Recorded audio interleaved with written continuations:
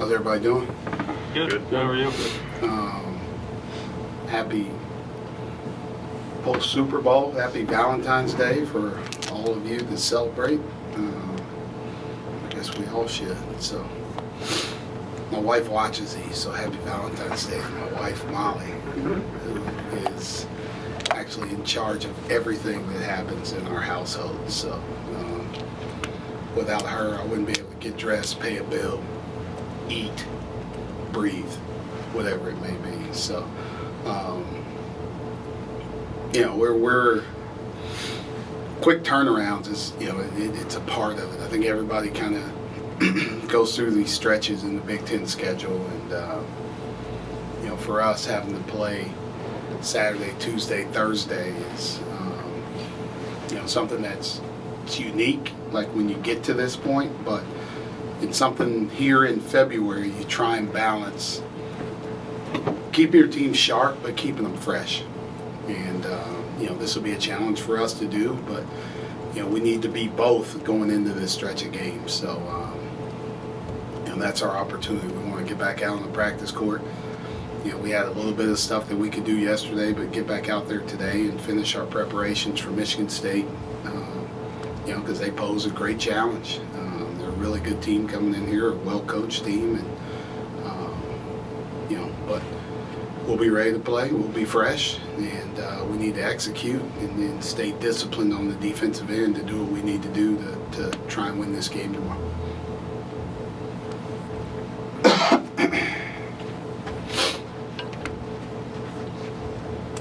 Mike, I don't want to sort of belabor this point because I know it's been a focal point for you in the past few games, but when you have so many issues with getting fouls called, is there kind of a breaking point where you, I don't want to say redesign the offense, but maybe become a little more perimeter focused, look for more driving kicks rather than finishing at the rim? I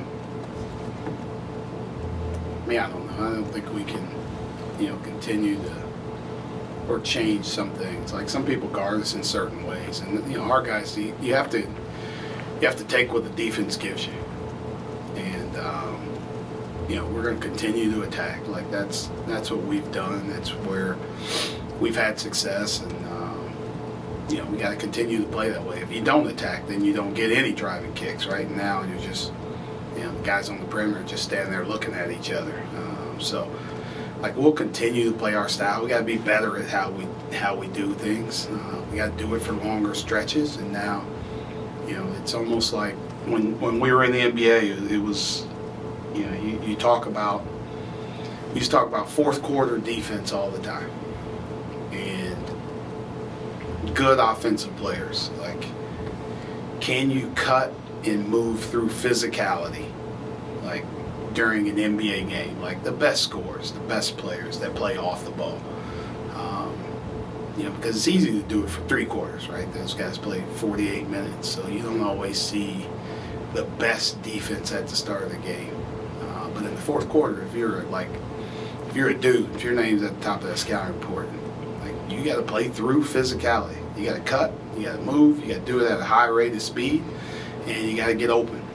And that's what our guys need to do, right? That's what we'll work on. That's what we'll continue to get better at. And we need to do it for 40 minutes and continue to cut, continue to play at a higher rate, and, get the angles and the advantages that we need to. So that's what we'll keep working on. That's what we'll keep getting better at. And then, that'll allow us to get the angles we need to score at the rim.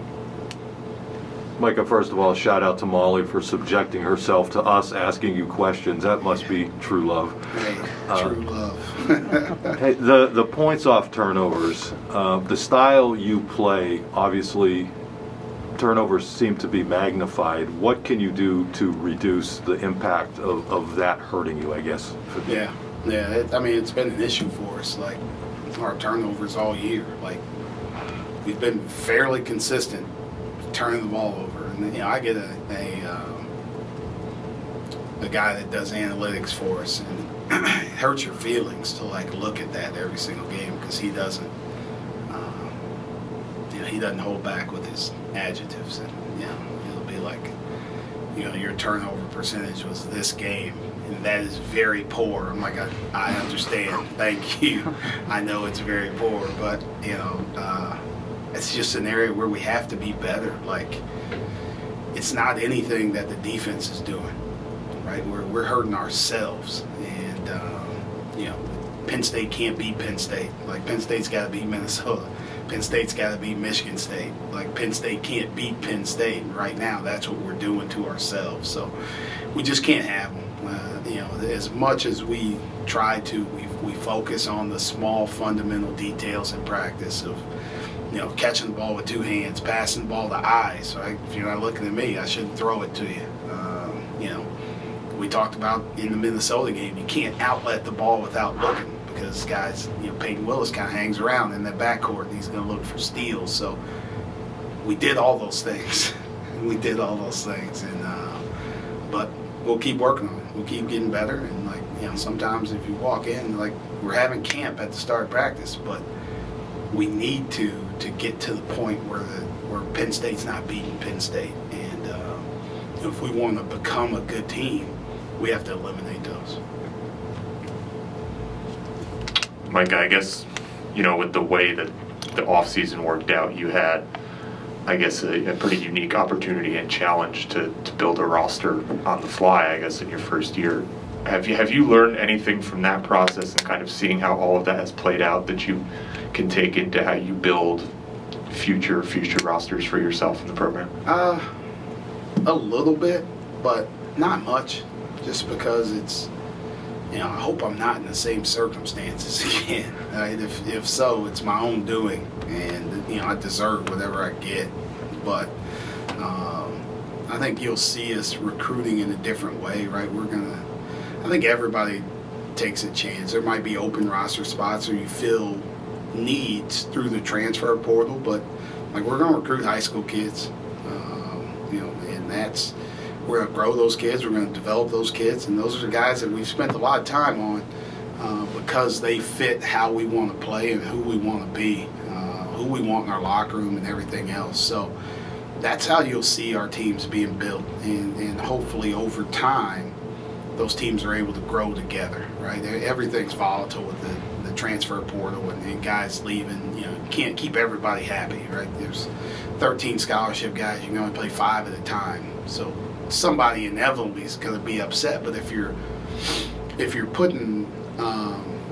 trying to develop those guys at the same time while working with them and talking about where you see them, what their roles are going to be, I think you can keep guys like that. And that's when you start to build a program, right? You see a Purdue, you see a Wisconsin, teams in our league that don't have people really transferring out in huge numbers. They get guys, they get them better, and then those guys help them win. I think that's how we want to be. That's how we want to build this thing, and we'll fill needs through transfers, but we got to make our own guys better. We got to recruit, have a keen eye for who fits us and who we want, and then we got to make those guys better, and then fill in needs if we need to from there. Mike, some of the things that you said after the game to some of us in here who've been around a while, they're not necessarily unique to this program. Mm-hmm. Having coached in the Big Ten previously, is that an issue that you anticipated having at Penn State? No, and I don't think it's I don't think anybody has a Penn State bias. I don't think these referees go in and just man, I hate blue. I ain't calling nothing for them, right? It's just how we play is different than other people, right? Take Purdue for example, right? They have 2 dominant post players, and then they have another guard that attacks the rim at a high rate. So they're going to draw fouls based on that, how they play. They're going to throw the ball in the post a lot. Kofi, Illinois, they're going to throw the ball in the post a lot. We don't throw the ball in the post a lot to John, right? We play a different style than some other people play. So things that might not be important in the kind of throughout the game for other people, it doesn't really matter. But it's really important to us. It's not like Penn State has played a traditional style for 20 years, right? We're completely different than how they've played in the past. So, it's just a matter of maybe people taking time to adjust to what we're trying to do, or maybe it takes, he's saying something, they're talking about it, so people see it and understand what really affects us and what doesn't affect us. Like, that's the only thing that I see. So, I don't know. I was pretty frustrated at the moment. Obviously you could probably tell that. But like at the end of the day, also, like, hats off to Minnesota. They beat us, right? They beat us, and we have to be better. I don't want to sit here and be like, sour grapes, and like, we got beat. Like, we got beat against Michigan. We should have won the game. We got beat. Like Wisconsin, we had opportunities and we got beat. Like, I'm not crying, complaining because we got beat. Like, we have to be better as well. But there's just an expectation that I think everybody being at their best, and knowing what we're trying to do, how we're trying to attack, and other things like that. So, I don't know. I guess I just rambled around what you just said, but I don't feel any kind of bias or anything from the league. Now, it happens 10 years from now, and I'm still talking about it, then yeah, maybe there is, but I don't feel that way. I just feel like we're different in how we play, and what's important to us might not be important to other teams. But that's why the referees get paid the big bucks. It might not be 10 years, but we did hear that 10 years ago, so it's slightly familiar. But if I took any coach in the Big Ten and told them to draw up their 10 highest basketball IQ plays or schemes, that's undoubtedly more complex than what their team is actually running. What are the parameters for you for increased complexity, diversity, and depth that a team has compared to what you know versus what you can do? Yeah, that's a balancing act right there upon itself. You have to have people that have kind of corporate knowledge, right? Like, I was at Purdue for 2 years, but Sasha Stefanovic had been there for 2 years before I got there, right? So there's things that we didn't have to practice. We didn't have to go through, and I could call it, and he could do it, right? He's got corporate knowledge of their offense. Like, he just needs to hear one thing, and he knows exactly what his role is, or what he needs to do in a certain play. We're still learning that, right? Even though we're 21 games in, there's still things that, like, catch us off guard. So we haven't been super complex in terms of what we're trying to do, because we don't have a bunch of guys with corporate knowledge. Like, you go through it, you go into next year and you have some guys back that have been here for a year. Like, now some little things that I say, they understand it completely and exactly, and they've been through like what we're trying to do and how we attack, another team, because they've seen how that other team tries to guard, right? You have a better feel, like, hey, Ohio State tries to do this, or Michigan State tries to do this, without me even talking about it. I think the newness, that's where you get hurt by the newness of a team. The first time, like, everything's brand new, and so we've been pretty vanilla in terms of what we want to do.